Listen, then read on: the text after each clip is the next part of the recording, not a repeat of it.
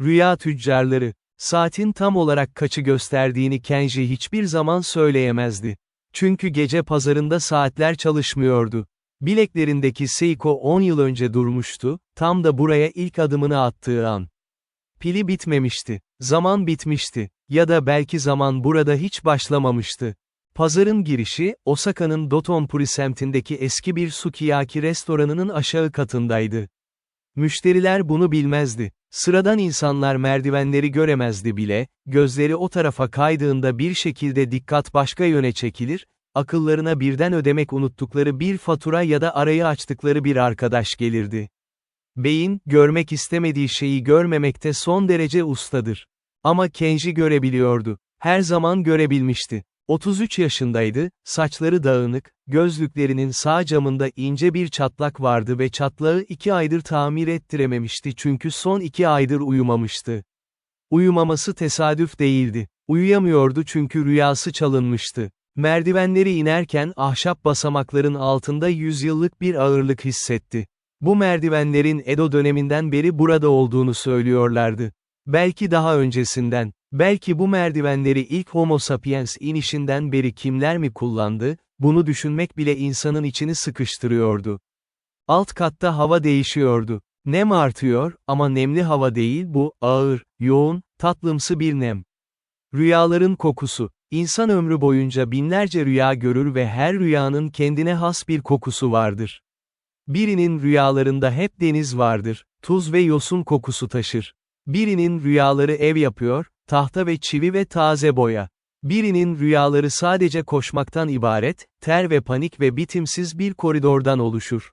Burada, bu bodrum katta, 10 binlerce rüyanın kokusu iç içe geçmişti ve Kenji'nin ciğerleri bunu her soluduğunda bir an için kafası döndü. Alışmıştı buna. Pazar küçük görünüyordu dışarıdan ama değildi. Hiçbir zaman olmamıştı. Boyutları her ziyarette değişiyordu. Bazen dar bir koridora benziyor, bazen bir spor salonu büyüklüğünde açılıyor, bazen ise Kenji'nin hesap edemediği kadar genişliyordu. Bu gece orta büyüklükteydi, 50-60 tezgah, her birinin üzerinde cam kavanozlar, kutular, kaseler, küçük ahşap sandıklar. Ve rüyalar. Tezgahların üzerindeki kaplarda rüyalar saklıydı. Sıvı değillerdi, gazda değillerdi, ne olduklarını anlatmak neredeyse imkansızdı. Işığın içinde yüzen bir şeyler, dumandan yoğun ama ateşten değil, anlık flaşlar gibi parıldayan sahneler. Kavanozlara bakarsanız içlerinde hareket vardı, küçük figürler, manzaralar, renkler. Birinin hayatından çıkarılmış, rafine edilmiş, şişelenmiş deneyimler. Rüya ticareti. Kenji bu pazarın en iyi alıcılarından biriydi. Ya da öyleydi, rüyası çalınmadan önce. Tezgahların arasında yürürken sağ yanından geçen birini fark etti. Uzun boylu, siyah pelerin, yüzü kısmen gölgede. Tanıdı, herkes tanırdı onu. Morgana. Adı bu değildi muhtemelen, kimse gerçek adını bilmiyordu, ama pazar bu ismi ona yakıştırmıştı ve isim kalmıştı. Galler kökenli olduğu söylenirdi. Kenji buna inanmıyordu. Akcentinde İrlanda vardı ama altında başka bir şey daha, belki Flemenkçe, belki çok daha eski bir dil. Saçları kızıl, gözleri sarıya çalan yeşil, elleri sürekli eldiven giymesine rağmen parmakları uzun ve kemikli görünüyordu.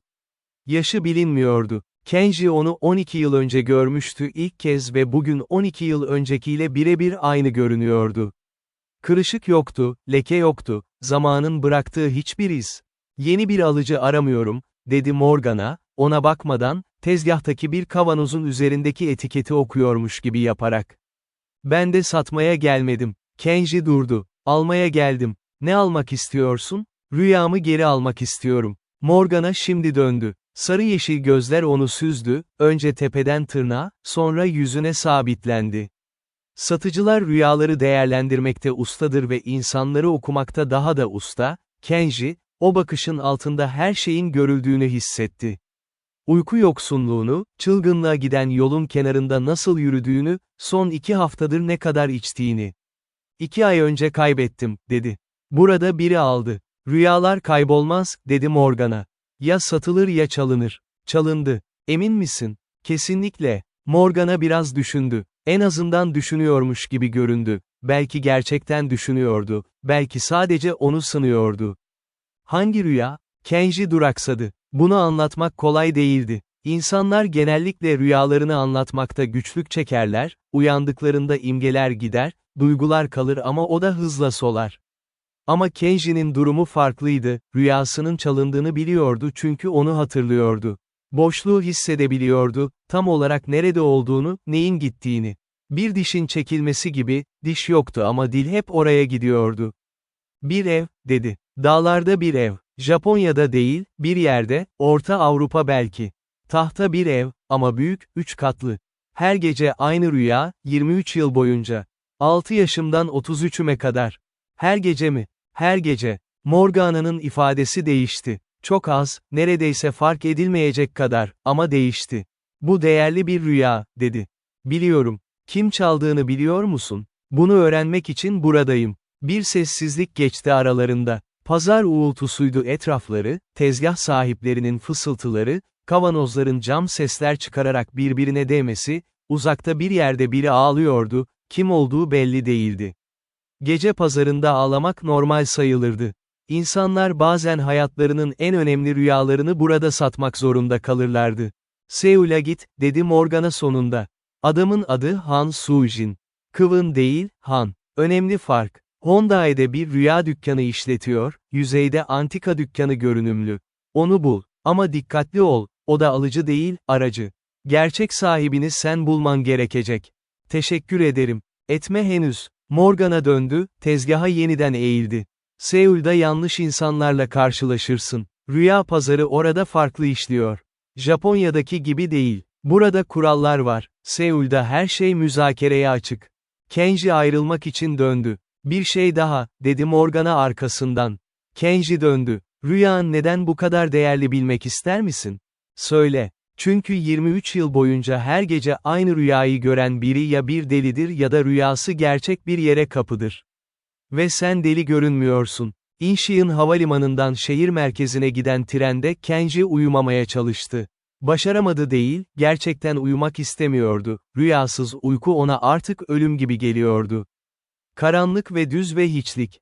2 ay önce bu başladıktan sonra ilk haftayı neredeyse hiç uyumadan geçirdi. Gözleri kızardı, elleri titredi, bir ara ofiste toplantı sırasında sanrılar gördü. Sonra vücut geri kazandı birazını, rüyasız da olsa 4-5 saat uyuyabiliyordu. Ama bu gerçek uyku değildi. Gerçek uyku bilincin bir yere gittiği uykuydu. O uykuda Kenji hep o eve giderdi. Şimdi eve gidemiyor ve eve gidemeyince kendine dönemiyordu. Honda gençlik semtiydi, müzik, grafiti, kafeler, sokak satıcıları.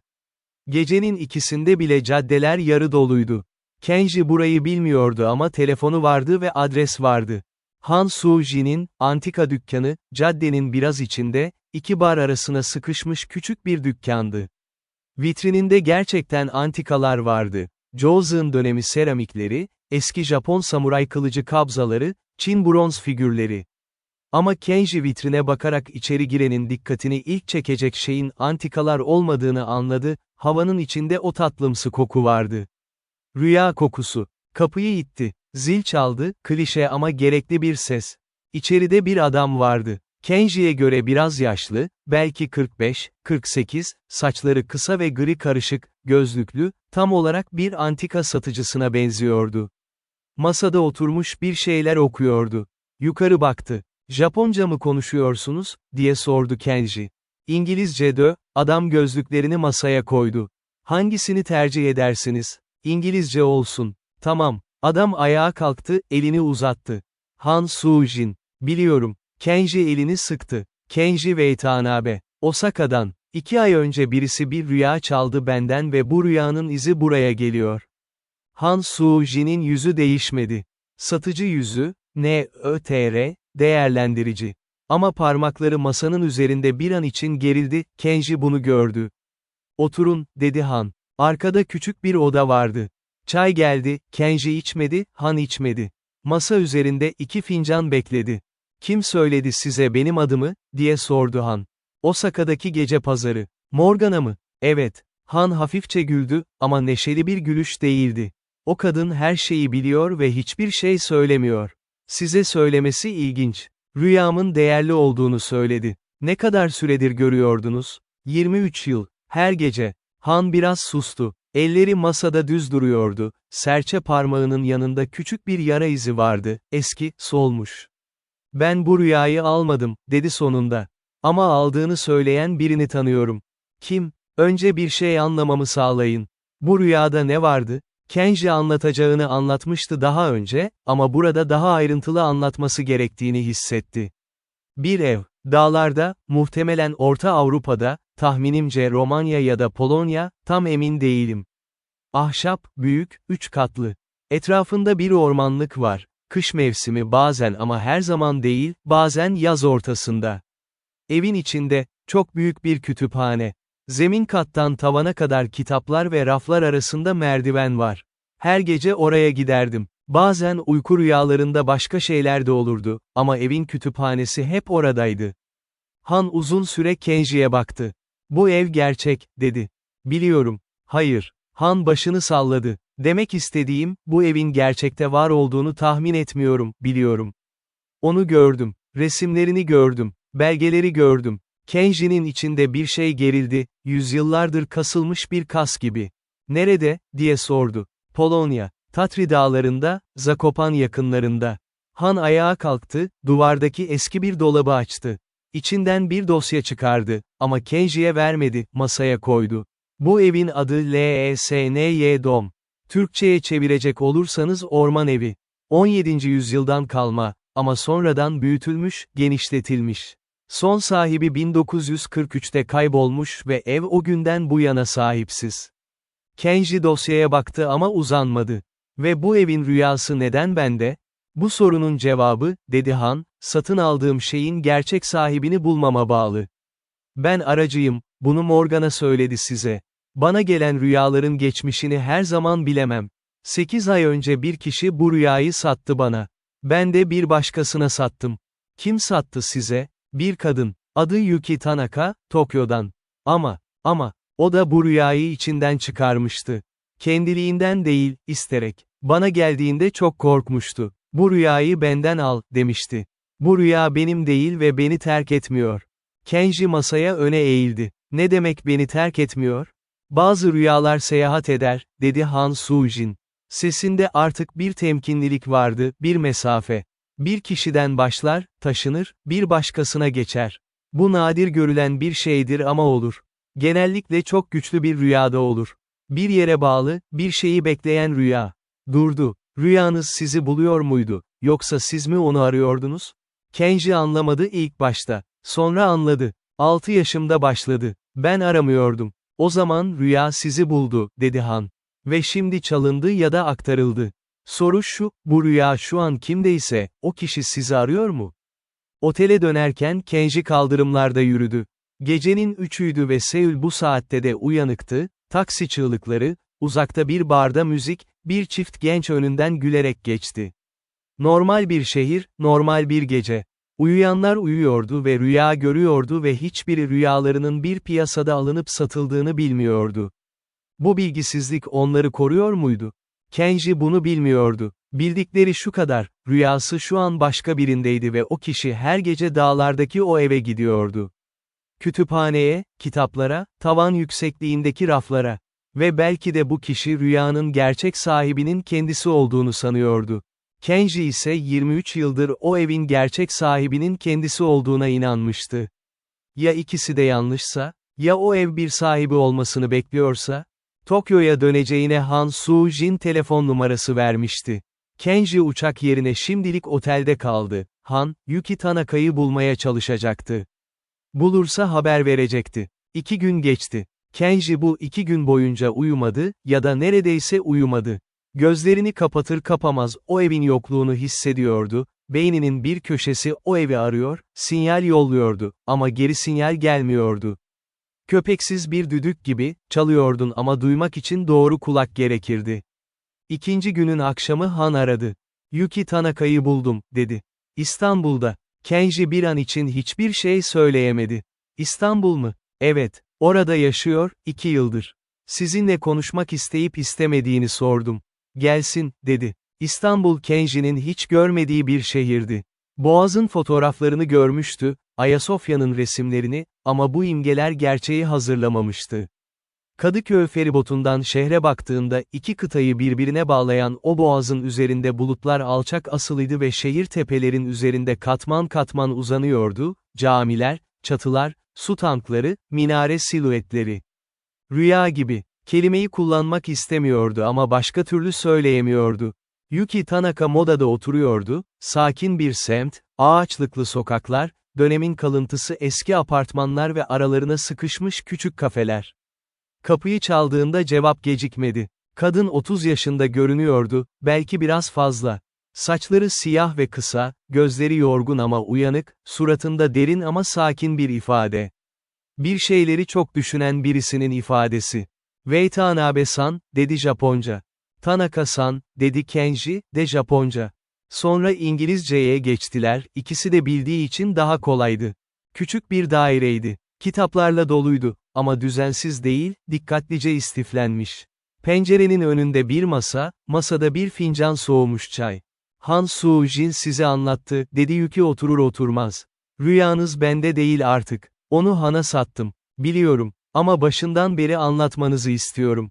Yuki biraz bekledi. Penceresinden dışarıya baktı, mahalle sakinlerdi bu saatte, bir iki insan geçiyordu kaldırımda. Ben bu rüyayı ilk kez 8 yıl önce gördüm, dedi. Tokyo'da, bir akrabamın evinde uyurken. Çok güçlü bir rüyaydı, sabah uyandığımda tam hatırlıyordum, net, berrak. Bir ev, dağlarda, kütüphane, raflar, durdu, çok güzel bir yerdi. Her gece mi gördünüz? İlk başta değil, haftada bir, iki, sonra arttı. Aylar içinde her gece görmeye başladım. Kenji'ye döndü. Sizin gibi, ben 6 yaşından beri görüyordum.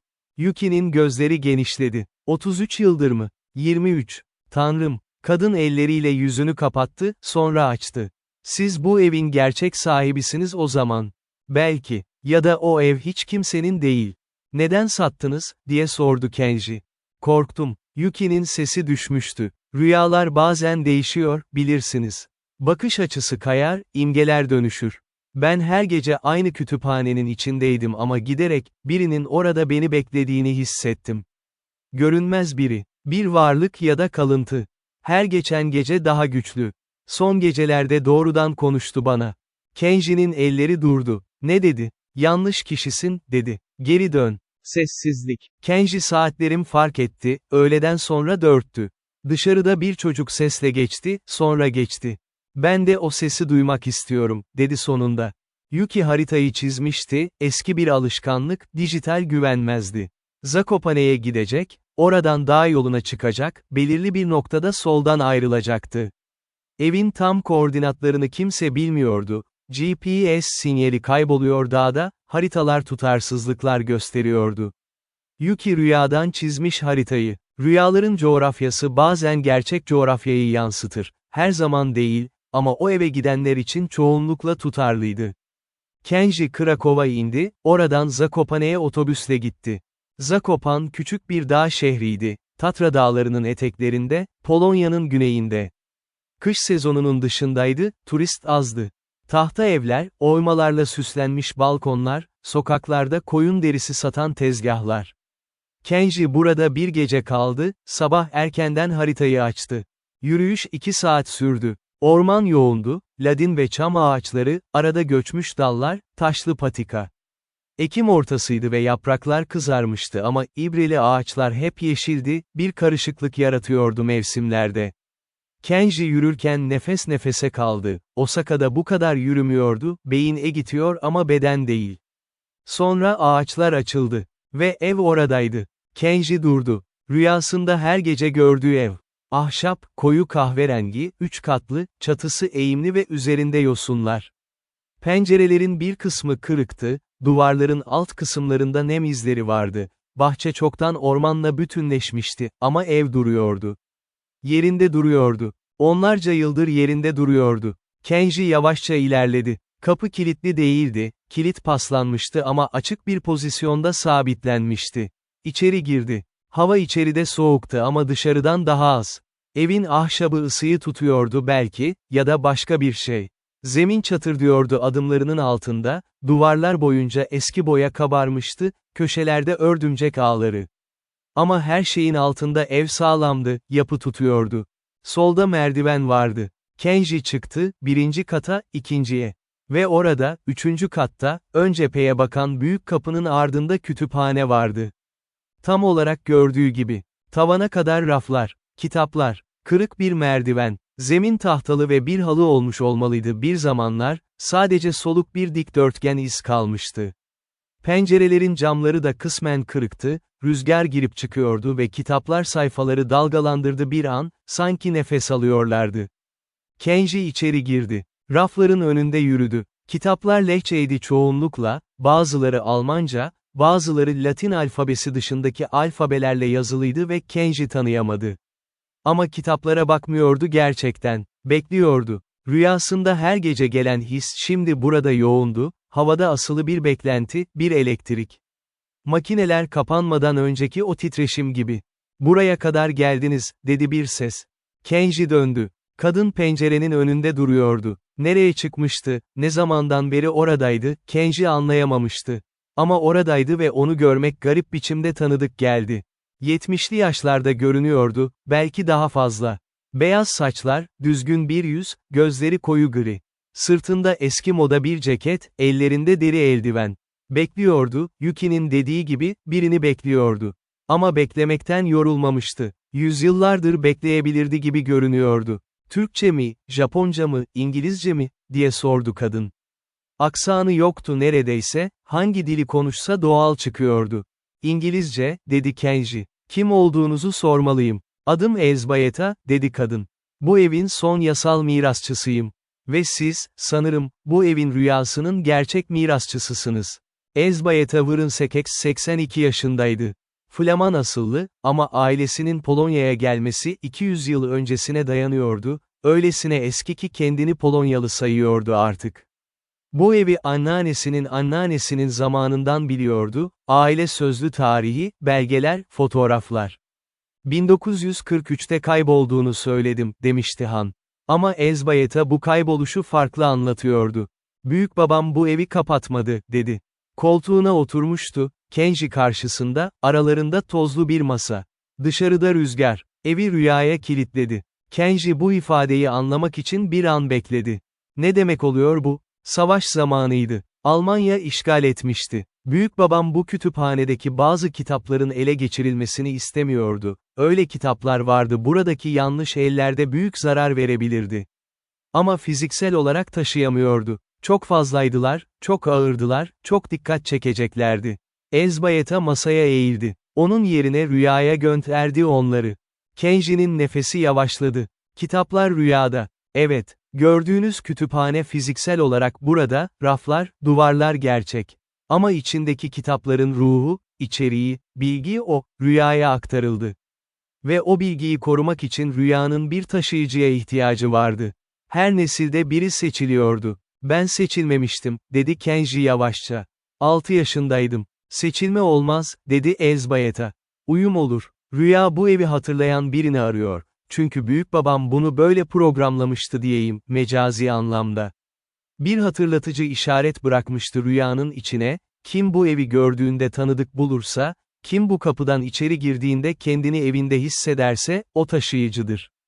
Kenji düşündü. 6 yaşında bir çocuk. Tokyo'nun uydu şehrinde büyüyen, Polonya dağlarını hiç görmemiş bir çocuk. Neden tanıdık bulmuştu? "Aileniz," dedi Elzbayeta, sorduğunu okumuş gibi. "Babanızın ailesi. Watanabe değil, annenizin ailesi. Hatırlamıyor musunuz? Anneannenizden birini?" Kenji'nin annesi Kobeliydi. Anneannesini hiç tanımamıştı, çok küçükken hayatını kaybetmişti. "Ve anneannesi. Polonyalıydı," dedi. "Evet." Elzbayeta gülümsedi. İlk kez gülümsedi. "Zofia, büyükbabanızın kuzeninin kızıydı. Savaş sırasında Japonya'ya kaçtı. Ve rüya onu takip etti. Sonraki nesle, ondan sonrakine. Sizi bulana kadar. Saatler geçti." Elzbayeta anlattı, Kenji dinledi. Büyükbabasının adı Tadeusz Zedu, eczacı olmak istemiş ama hayat başka yönlere sürüklemişti onu, sonunda bu evin kütüphanecisi olmuştu. Kütüphaneci kelimesi yanlış çağrışım yaratıyordu, Tadeusz kitapları sadece toplayan, sınıflandıran biri değildi. Bilginin bekçisiydi. Ve bu kütüphanedeki bazı kitaplar, bilgiler öylesindeki bekçi olunması gerekiyordu gerçekten. Ne tür kitaplar, diye sordu Kenji. Her türden, fizik, kimya, matematik, ama aynı zamanda, Elzbayet'a duraksadı. Rüya teorisi. Kenji bekledi. İnsanlık yüzyıllardır rüyaların ne olduğunu anlamaya çalışıyor. Bilincin temizlenme mekanizması mı, geleceğin habercisi mi, geçmişin işlenmesi mi?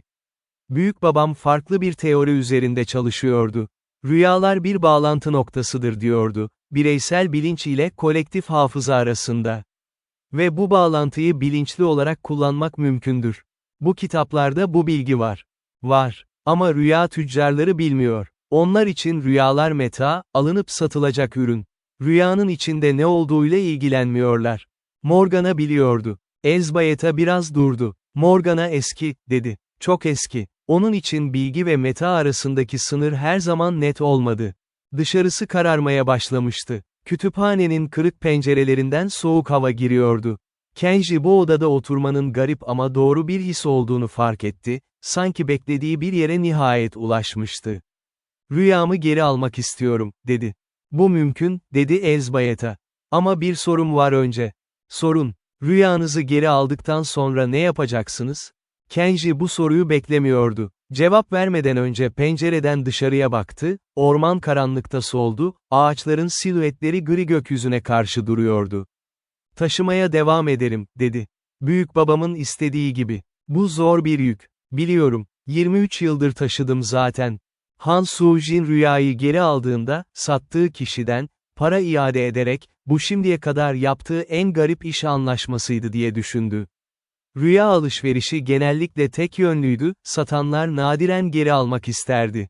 Kenji'ye telefon etti. Hazır, dedi. Ama bunu nasıl yapacağız? Seul'e geleceğim, dedi Kenji. Polonya'daydı hala. 3 gün daha kalacaktı, Elzbayeta ile konuşacak, kütüphaneyi gezecek, notlar alacaktı. Sonra Seul. Bir şey soracağım, dedi Han. Sizi iş olarak görsem kızar mısınız? Sorun. Bu rüyanın çok değerli olduğunu biliyorum. Bir alıcı buldum, çok büyük bir teklif verdi.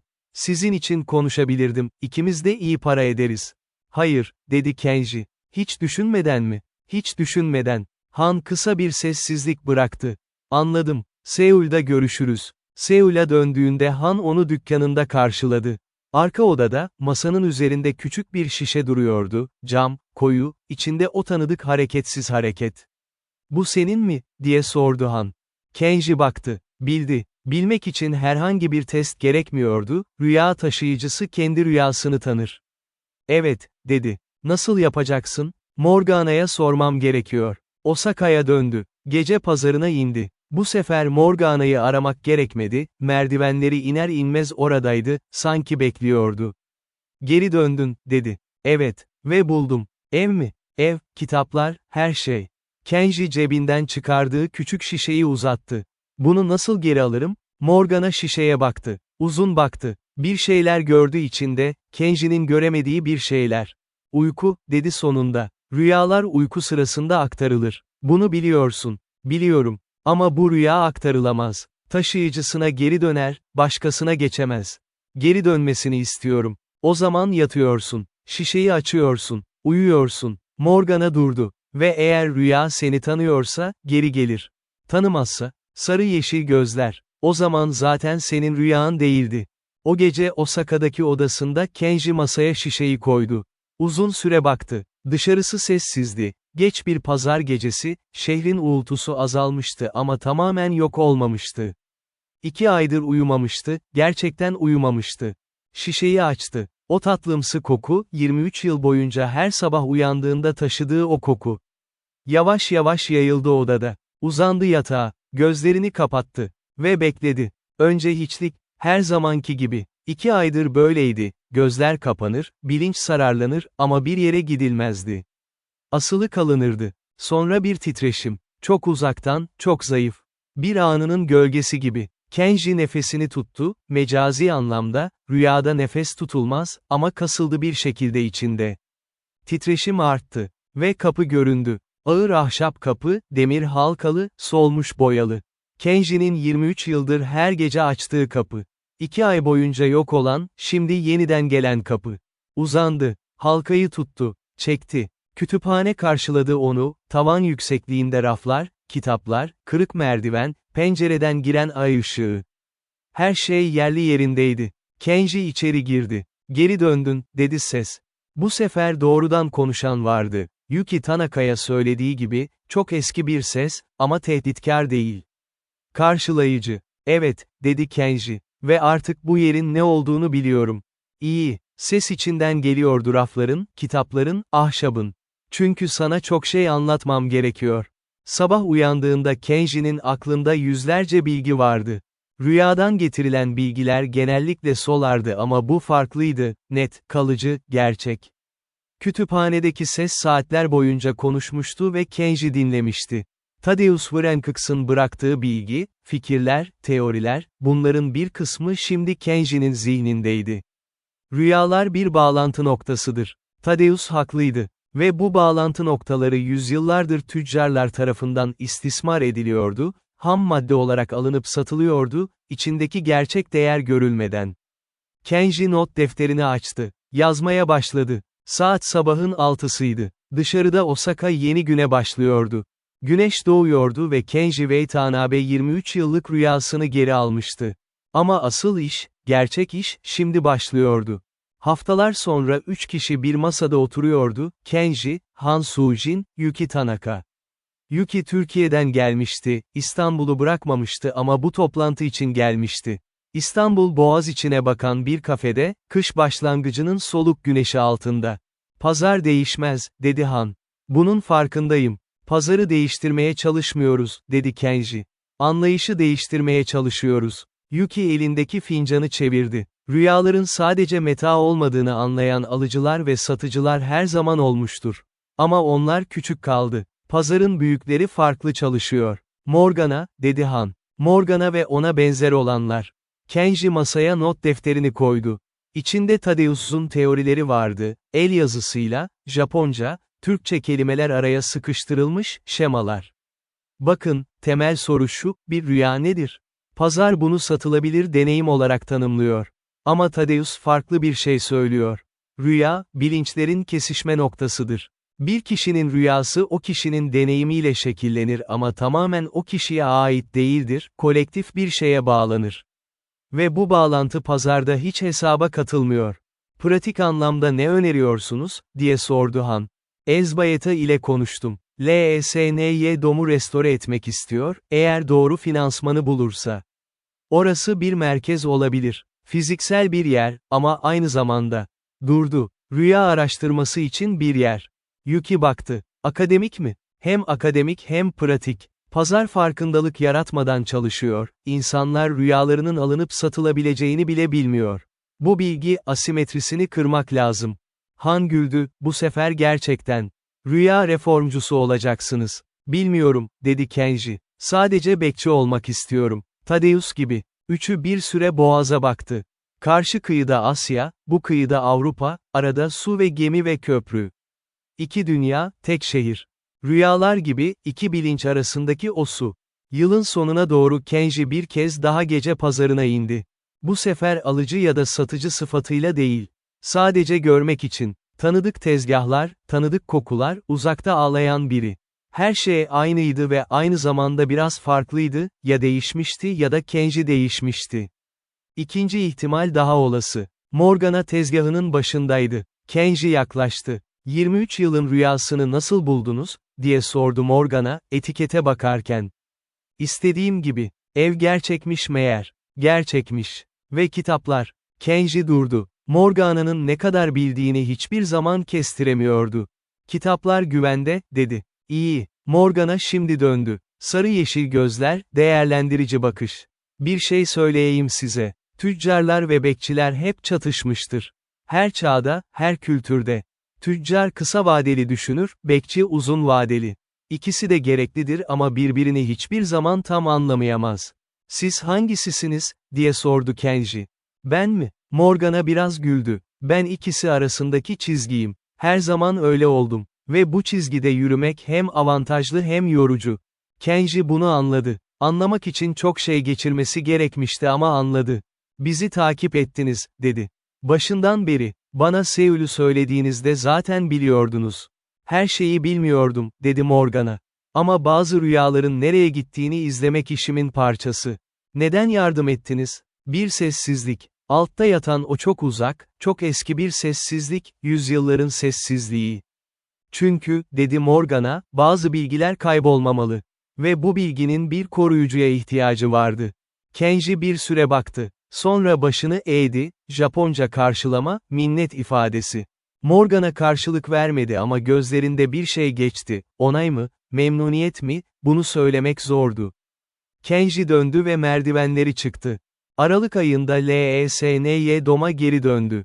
Elzbayeta oradaydı ve bu sefer yalnız değildi, iki genç mimar, bir restore uzmanı, bir mühendis. Evin yapısal durumunu değerlendiriyorlardı. Bazı duvarlar güçlendirilmesi gerekiyordu, çatının bir kısmı yenilenmeli, pencerelerin büyük çoğunluğu değiştirilmeliydi. Ama temel sağlamdı. Thaddeus iyi bir ev inşa etmişti. Kütüphaneye çıktığında Elzbayeta arkasından geldi. Restore etmek için fon bulacak mısınız, diye sordu Kenji. Bazı kapılar açılıyor, dedi yaşlı kadın. Kültürel miras fonu, özel bağışlar. Ve Han Soo-jin ilginç bir öneri getirdi. Ne öneri? Buraya gelen araştırmacılar için küçük bir rezidans programı. Her mevsim 2 ya da 3 kişi, rüya çalışmaları üzerine. Resmi akademi değil, bağımsız. Ama meşru. Kenji rafların önünde durdu. Kitaplara baktı, asırlar öncesinden gelen bilgi, yanlış ellere geçmemek için rüyaya saklanmış, şimdi yeniden gün yüzüne çıkıyordu. İyi bir fikir, dedi. Pencereden dışarı baktı. Dağlar karlıydı, beyaz tepeler, gri gökyüzü, arada kartal uçuyordu, uzak ve sakin. Kış gelmişti ve orman sessizleşmişti, ağaçlar dinleniyor, toprak bekliyordu. Bu evin, dedi Kenji, beklediği şeyin bu olduğunu düşünüyorum.